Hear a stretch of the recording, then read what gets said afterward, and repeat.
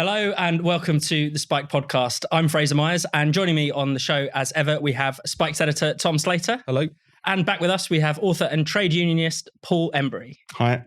Coming up on today's show, the Tories in turmoil, the Supreme Court smackdown of the Rwanda policy, and the double standards of the Metropolitan Police.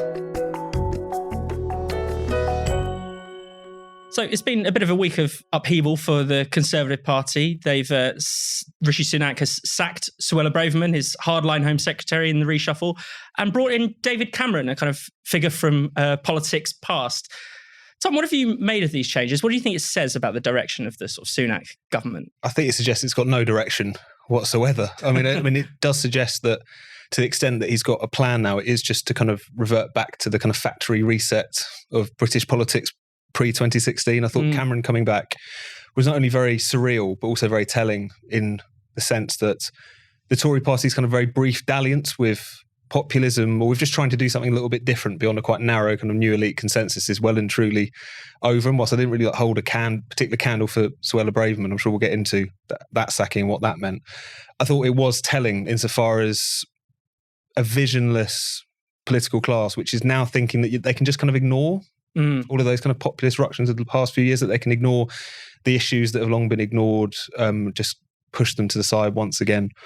And I just wonder about that David Cameron appointment in particular. Like, who is that supposed to please, other than the handful of kind of liberal Tories in the commentariat and Michael Heseltine and a few Tory grandees? That's the only constituency this could possibly respond to this positively. You know, even the kind of well-to-do home counties Tories of old who loved him, the kind of younger generation who wanted this kind of kinder, gentler Toryism as they saw it, loathed him over Brexit. Yeah. Whereas the rest of the country who voted for Brexit loathed him over Brexit as well. So I thought it was a really telling moment, not just of kind of rudderlessness on the part of Sunak, but also that sense that so many people in political life and in the commentariat are just desperate for things to go back to normal before voters mattered.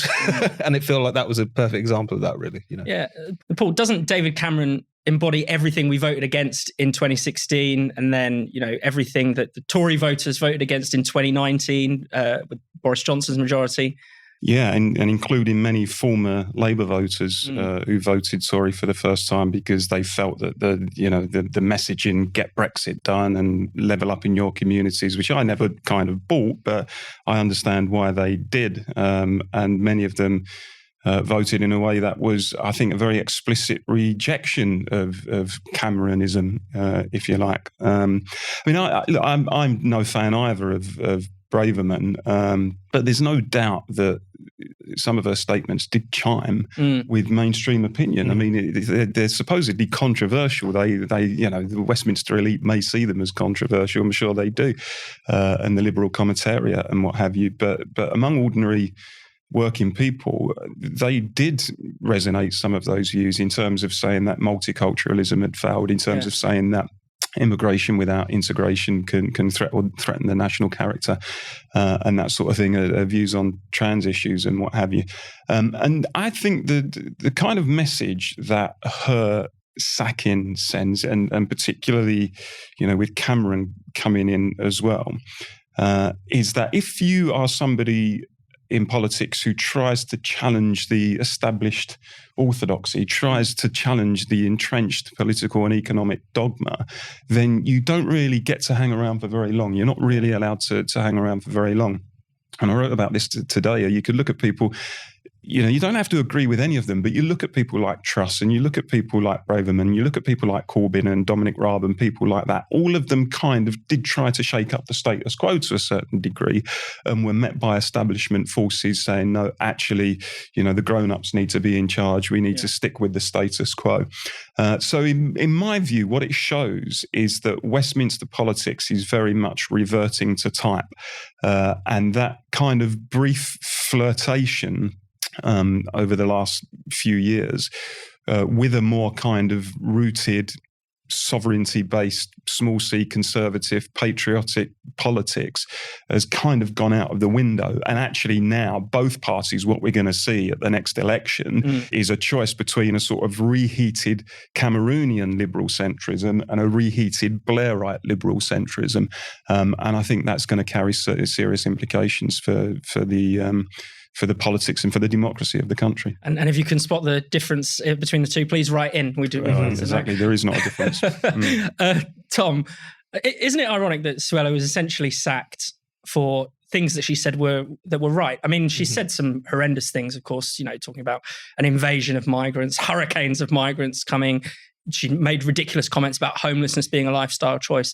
But last week, the things that were controversial was her saying that there is hateful elements to the pro-Palestine marches and that the Met treats certain protesters differently. Those were perfectly sensible points that most people would agree with. Definitely. And I think that the rage against her and the fact that this was the thing that finally did it for her, that was, kind of sealed her fate and gave everyone that kind of wind at their sails, that they felt they could finally kind of dislodge this person who offended their sensibilities so much. The fact it was that, the fact it was calling out the police, the fact it was touching on the question of the protests that have been roiling London every weekend, at which, all kinds of horrendous anti-Semitism has been expressed and so on, I thought was telling, because I think it was a kind of liberal centrist commentariat engaging in a mass displacement activity. Yeah. So you're presented with this tremendous problem and this tremendous poison in the form of the backlash amongst some of these protesters towards Israel, towards what's going on in Gaza, something is often going far beyond calls for a ceasefire and peace and so on, to open expressions of anti-Semitism. It's a lot easier to just go after Suella Braverman and say she's being incredibly reckless with her language and she's inflaming the situation, rather than actually confront the issue that is staring you right in the face. And I think that's part of the problem with sort of, on the one hand, I think the kind of Suella derangement syndrome, if you will, has led people to react in a very kind of histrionic fashion to things which oftentimes might actually be the views of the country or the concerns of the country, whether we're talking around multiculturalism, immigration, gender issues, or whatever. But also I think in this particular instance, it was very much like the liberal left commentariat do not know how to deal with this problem. They don't really know where they stand in relation to it in many respects. And so it's just much easier to go back to opposing everything Suella Braverman says and to make her the story of the week. I mean, we talked about her non-stop for a good portion of the past 4 or 5 weeks, when supposedly Israel and Gaza was the main issue. And I think that's telling of a political class which is not only quite kind of easily driven to hysteria about the wrong things, but is also desperate to ignore the big questions that are confronting us at the moment. I think that was part of the fuel of that particular, ousting in that sense. Yeah, and Paul, I mean, can that last? I mean, it feels like politicians do want to take the public out of the conversation again. They want to, as you said, revert back to sort of pre-2016 ways. I mean, surely there will have to be something will have to break once again. There'll have to be another Brexit moment where people reassert themselves. People surely just aren't going to put up with being sidelined like this. Well, I think Tom said earlier there was a small number of Liberal Tory MPs, or words to that effect. So I actually think that cohort is much bigger than perhaps people realise, actually. I think that... Tiny in the country, quite big in Westminster. Yeah, exactly right. In Westminster, I think, I mean, whether it's a majority, I don't know, but a very sizable proportion of Tory MPs are kind of very liberal and would see themselves as liberal, centrist, progressive, all of that type of thing. And quite often, as I say, seek the metropolitan embrace. So you will see people occasionally take, a more robust position on a particular issue. And then they come under such pressure. It's almost like they think, oh, this could alienate, the North London dinner party set sort of thing. My peers, the kind and clever people. So I better smooth my edges a little bit. And you see, I think conservative politicians do that stuff all the time. And there is a very patrician attitude, I think, toward, and we're seeing it reasserting itself towards working class people and working class voters. We saw it in Brexit. We're seeing it again now. That these people are ignorant enough to vote for these things or to demand these things. It's all very populist, and we need to save them from that ignorance. We need to save them from their own ignorance. They need to be kind of dragged out of it. And I think they just regard, especially working class voters, as oiks, really. And, have looked at the things that working class voters have done that have shaken up the political system over the last few years. And I think they would genuinely quite scared about it for a while, but almost now seem confident enough to say, well, that particular rebellion is now dying away. So, we can reassert our creed at the top of British politics. But I think that's a dangerous game. I think they need to be careful what they wish for. Definitely. Tom, is there anything you want to add on? No, I think it's worth remembering that when we voted to leave in 2016, it was a revolt against the Tory party as much as it was against the Labour Party or the Blob or whatever it is that you might want to point to. David Cameron campaigned for Remain. I think it was about 57% or around that number of Tory MPs voted in campaign for Remain. There was a relatively small number of them who took it very seriously and were very passionate about it. And if you actually think about a lot of the kind of pseudo-liberal or pseudo-progressive issues that we're having to deal with in terms of the derangements of gender ideology or all kinds of different issues, the Tory party in its kind of Cameroon-ish form is responsible for introducing a hell of a lot of that. This wasn't something that the Labour Party were demanding and they just kind of acquiesced to it out of a desire to look good on the dinner party circuit, although that's certainly a part of the calculation. They are kind of really up to their necks in this stuff as well. So I think that's always, we shouldn't be surprised, I guess, in that sense that both parties have reverted back to what they see as the mean. I guess I'm just always struck by the fact that what is referred to as centrist, sensible politics from which you can win and so on, is so completely out of whack with where what you might call the rough centre of the public are. And I think we're seeing that once again. I feel like in the short term, the consequence of that is just going to be a lot of people being quite demoralised and going back to not voting. But as you say, something's going to have to break at some point. And the terminology is important as well, because, they will always, it's almost like they appropriate the word centrism, because by definition, it kind of places people on the centre ground, and people think, oh, that's moderation. The centre ground is moderation, and these are obviously quite enlightened, moderate, temperate people. But of course, some of the positions that so-called centrist MPs hold, if you go out there in the country, particularly to small town, blue collar, post-industrial Britain, they will see those positions as being quite fringe positions. Actually, there's certainly not centrist positions out there in the country, but the language is designed to say, look, we're in the centre, we're sensible because we're in the centre. Everybody else, therefore, by definition, must be on the extremes. And if you're on the extremes, then you need to think about your view, kind of thing. You need to come into the centre. So, it needs to be, every time they try to peddle that sort of language, they need to be challenged on it. Most of us know by now that we should probably use a VPN when we go online. But let's be real, the idea of adding extra steps to something you do every day can seem like a massive pain. That's why I use ExpressVPN. It's seriously the easiest way to browse safely, securely, and just plain better. ExpressVPN isn't like those other slow, laggy VPNs. It's lightning fast. ExpressVPN maintains your speed, making it really worthwhile to connect. So say goodbye to lag and buffering. With ExpressVPN, you can stream in HD with no interruptions. The best thing about ExpressVPN is that it makes protecting your connection a breeze. You just open the app, press a single button, and you're immediately protected across all your devices. ExpressVPN is so seamless that once you're connected, you'll forget it's even there. But still, you can rest assured your connection is secure, your data is encrypted, and you can even mask your location to access content outside your region. No wonder CNET thinks it's the best VPN on the market, and so do I. So what are you waiting for? Go to expressvpn.com/spiked and you can get an extra 3 months of ExpressVPN for free. That's expressvpn.com/spiked to get 3 extra months of ExpressVPN for free. That's expressvpn.com/spiked. So this week, a dramatic decision from the Supreme Court striking down the Rwanda policy. This is the UK government's flagship migration policy, essentially. The idea is that asylum seekers would be processed and resettled in Rwanda to deter them from making the journey illegally to the UK. Now, the case hinged on the fact that Rwanda is probably not a safe country. It might send people back to their country of origins, the so-called refoulement being a risk. But Tom, what have you made of the decision and the sort of political implications of it? Well, I think since the Rwanda policy was first mooted, it's kind of brought all of the sort of anti-democratic parts of our system out in hives, or the non-democratic parts, shall we say.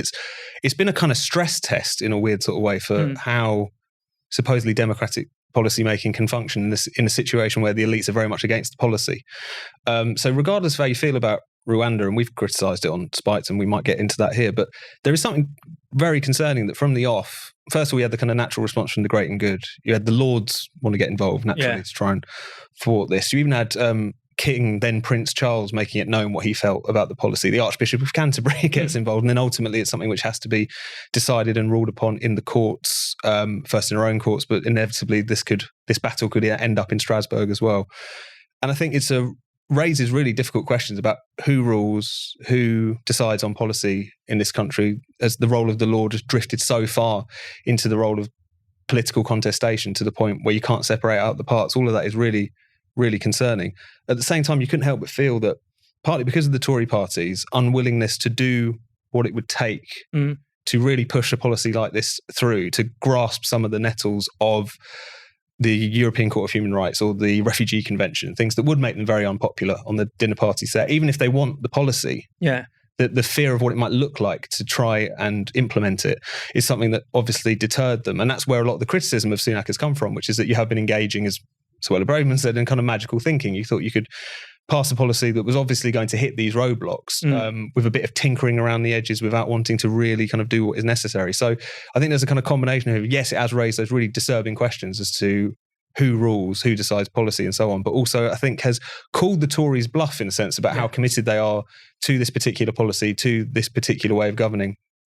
And left you with the suggestion that they would rather just kind of be engaged in this constant panto with the courts or the blob or what have you, rather than actually do what they say they want to do, you know? Yeah, and it's interesting. I mean, even the Sunak's reaction to this, he's tried to present himself as saying he will do whatever it takes, but on paper, you know, the actual policies he's suggesting, declaring Rwanda a safe country via parliament, lots of, you know, eminent lawyers who are quite trustworthy, like Lord Sumption, have said this is just rubbish. It's not going to, you know, the policy was struck down in so many, you know, at such a fundamental level that you can't really remake it. I mean, Paul, what do you make of that? I mean, it is a problem, isn't it? That essentially it isn't even our government that decides our immigration policy. It is, but I do think we need to be careful about laying all of the blame for what's happened recently in terms of the Rwanda policy purely at the door of judges. I'm not a legal expert. I haven't read the judgment. I've seen the reports of it. I do think the idea, as Jonathan Sumption said, of simply legislating to say that Rwanda is a safe country when a court has, on the basis of the facts, said it isn't, is bizarre, to be honest. Whatever your view on the substantive issue, passing a law saying a country is safe just seems to me to be a bit ridiculous. But the point I was going to make is that the danger of laying the blame at the door of judges is it allows politicians off the hook for what has been a consistent and monumental policy failure over a number of years now. And I suspect that the Tories would like to see everybody kind of rising up against the judiciary and the civil service. And I'm not saying that those elements are blameless, especially the civil service, I have to say. But it will be seen by more astute people as an attempt to deflect the blame, really. And when you think that this government, the Tory government, has over many years, time and again, year after year, election after election, manifesto after manifesto, said we understand the concerns about uncontrolled immigration, the levels of uncontrolled immigration, the rate and the pace, and we will get the numbers down. And time and again, they completely failed to do it. And you have to conclude, not just because they're inept, but because probably, and this goes back to the debate about, you know, the liberal Tories, many of them, and actually I think many of them favour a kind of liberal immigration policy for all sorts of reasons. So we have to pin that on them, and we have to make it clear that those are the people who ultimately are to blame for it. I mean, we do, you know, we have to break the business model. There's no doubt on the wider issue that sees thousands of people try every year, risk their lives in order to come to Britain, often, you know, because they've paid large amounts of money to traffic as criminals. That model, you know, clearly has to be broken. And interestingly, I think the Supreme Court did confirm effectively that an offshore policy isn't of itself necessarily unlawful. So it's still a runner, but there are obviously huge hurdles that need to be overcome. But I just think on the wider issue, you know, it isn't callous and it isn't heartless and it isn't reactionary to say, look, no self-respecting country can have a situation where thousands of undocumented young men, because it is mainly young men, are just arriving on our shores, every year, and we essentially can't really do anything about it. That is a serious issue. It's a serious concern for people. And until government gets a grip of it, then it's going to continue to be a running sore in our society. It was a real tragedy in many respects, because it was almost as if we'd put that issue to bed, really, in the 1990s, after you'd see the rise of the National Front in the 1970s and some of the racial tensions then. Because people felt that the system was being managed fairly effectively, it kind of disappeared as a mainstream issue at election time. Because of all the things that have happened since, it's come back to the fore. And I think that's a crying shame in many respects. Tom? No, I think actually tacking onto that is that it's a prerequisite for maintaining support for immigration that you get on top of the small boats issue.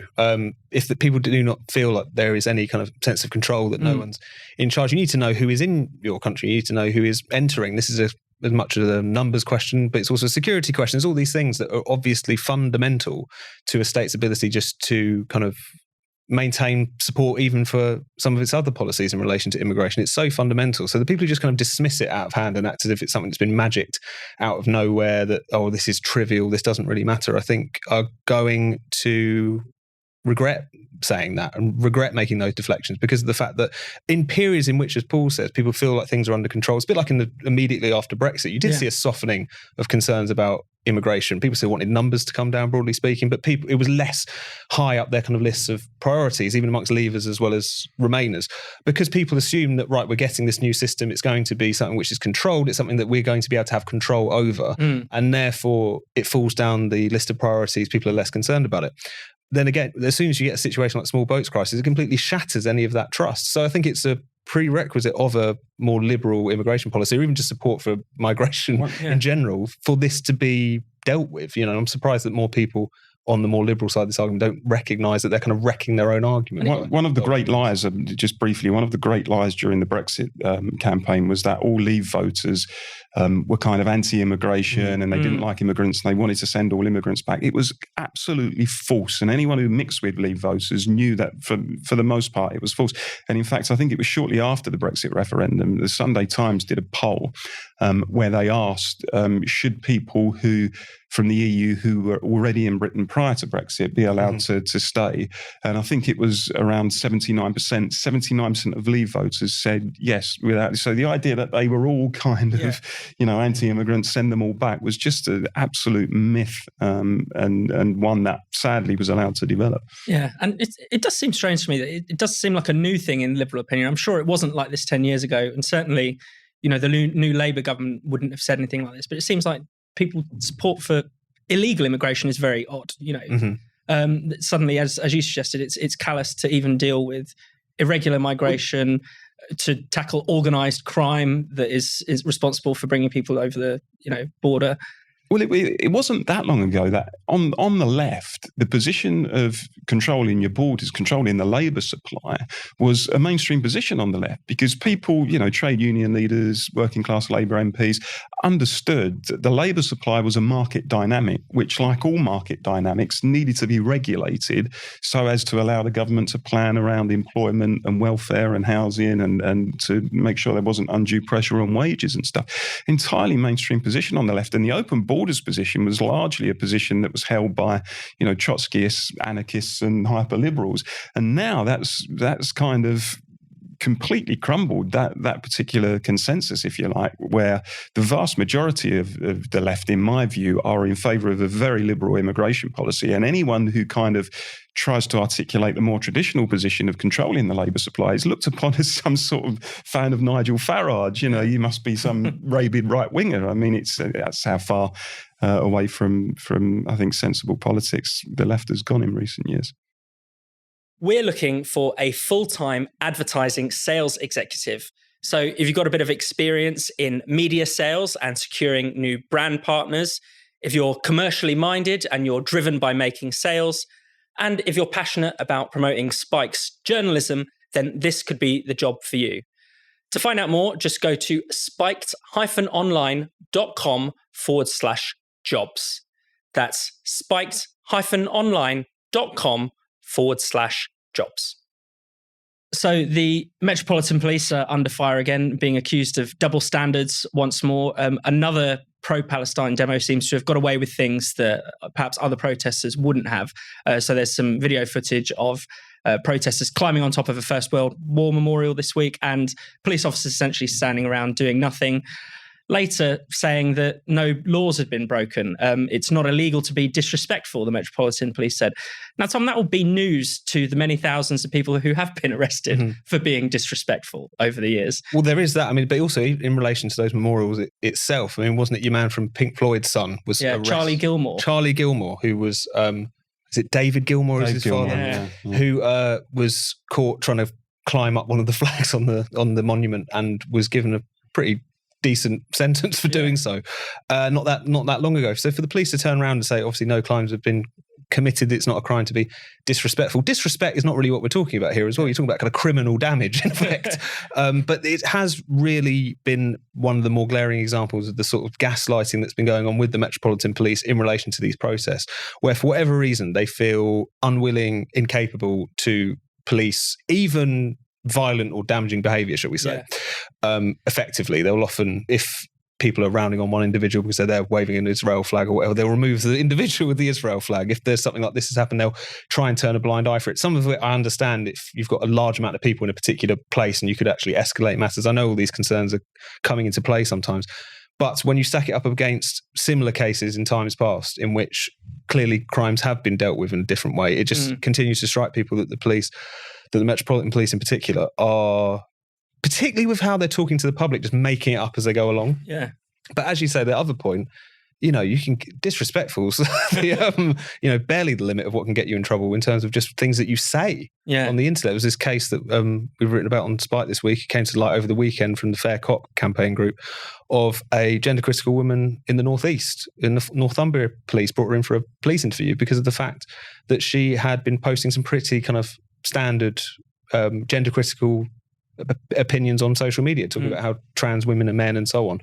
Those kinds of perspectives can get you brought in by the police, questioned, interrogated effectively. No charges were forthcoming, but still, it's an incredibly intimidating thing to happen for what you say. And yet in cases where what you do, verging on criminal damage is there's a light touch to it. So I think a lot of people are just, more than anything else, just struck by that sense of double standards and gaslighting that's coming out of the Metropolitan Police at the moment. Yeah, I mean, Paul, there has been a sense, not just from the past few weeks, but for the past few years, that the police have become thoroughly politicized in how they approach the public. And it was something that Braverman pointed out, that there is an inconsistency in the approach of the police quite often to different types of protester. And people are not stupid. I mean, I've been on lots of protests in my time, and you tend to see and understand when the police have got a fairly strong grip of it and are not in the business of taking any nonsense, and when they're just willing to let things go. And I think that you can look at things like the pulling down of the Colston statue in Bristol, where Avon Police essentially just stood by and let it happen, and later admitted that they stood by and let it happen. And, the thing went in the river and eventually there was some arrest, but they said, we didn't want to inflame the situation. And then from that, we saw similar attempts on other statues, not just in Britain, but across the globe, actually. And I think because that Colston one had got such coverage, I think people looked at that and thought, okay, so that's going to be the approach of the police if we try it. So they kind of sniff it out almost. And I think that set a pretty dangerous precedent. And there is, undoubtedly there's a contradiction, I think, in the way that the police have approached some protesters, the BLM protesters, for example, compared to some of the lockdown protesters. Yeah. And on the wider issue, yes, I think they are highly political. They're what I call an unedifying fusion of social activist and social worker. Yeah. And if, I think when it comes to their bread and butter job in terms of dealing with everyday crime, the crime that blights communities, the vandalisms, the burglaries, the antisocial behaviour. It's almost as if now that's taken, and genuinely trying not to caricature them, but it almost is as if that kind of stuff is secondary now. Yeah. And the main objective, certainly for police leaders, is to flaunt their progressive credentials and to say, look, we've signed this pledge and look, we're flying this flag. Aren't we wonderfully inclusive, forward-thinking people? Whereas ordinary people look at that and think, well, okay, but I was burgled 6 months ago. You didn't send anyone round, or I've got a drug dealer at the end of my street, and you're not interested in it. And I just think that if they were a commercial organisation, then trading standards would have been onto them a long time ago, because they simply don't do what they say they do on the tin. And we've seen stories. And I covered in my book Despised, I wrote about a few of them over recent years, where feminist groups have been around in Crosby in Merseyside, putting stickers on lampposts saying simple things like, a woman is an adult human female, Thames Valley Police as well. They were ripped down, and the police investigated. And in the Merseyside case, the mayor of Liverpool said he fully expected the police to investigate it and to bring the perpetrators to account. So people stating simple biological truths, whether it's with stickers or on social media, are brought to book and have the resources of the police turned against them. You can't do that. Whereas if you want to desecrate a memorial, they tend to turn a blind eye, and it's just completely unacceptable. And Tom, obviously in cases of speech, we don't want to see equal opportunities, arrests and crackdowns. We want there to be no arrests and crackdowns for what people say, essentially. No, I think that's a very important point. It's not the existence of double standards doesn't mean you should just crack down more evenly and then everything will be absolutely fine.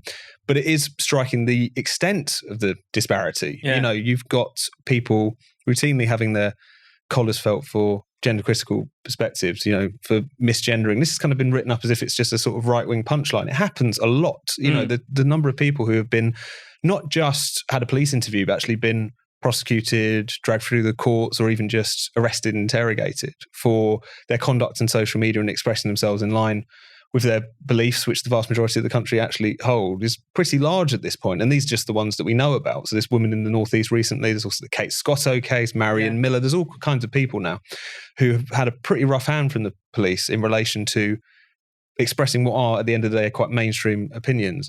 And if you look at the disparity on the other side, where you have the police offering, 18 different definitions of jihad when they're confronted by Hizb ut-Tahrir supporters calling for it on the streets of London. Yeah. The gap is so extreme that it really does raise a lot of questions about how, almost without noticing it, the police has taken on a certain kind of political hue. That it unconscious bias, they call it. It's a very good way of putting it. All that unconscious bias training is completely backfired. It's instilled in them a very strong unconscious bias. And I think that actually reading the transcript, because Faircott put it out, this woman in the Northeast who was being interviewed by the police, of the not just the police officer, but also her brief, the solicitor she'd been given to, represent her, is fascinating, because you just see that they quite naturally think that there are certain things one shouldn't say, that it's basically an offence to be offensive, that at the end of it, you've got the lawyer turn to him and says, I've advised my client that she should probably avoid expressing these things in the future because that's the way of the world these days. It's the water that they swim in now. In a really stark way. But going back to double standards, of course, that just because of the fact that those double standards are rank and extreme, and just because it seems so out of whack with what one group of people are being arrested for saying, as opposed to one group of people who are definitely not being arrested for saying much more extreme things, the last thing we need is sort of tit for tat censorship, demanding that the police just crack down more evenly.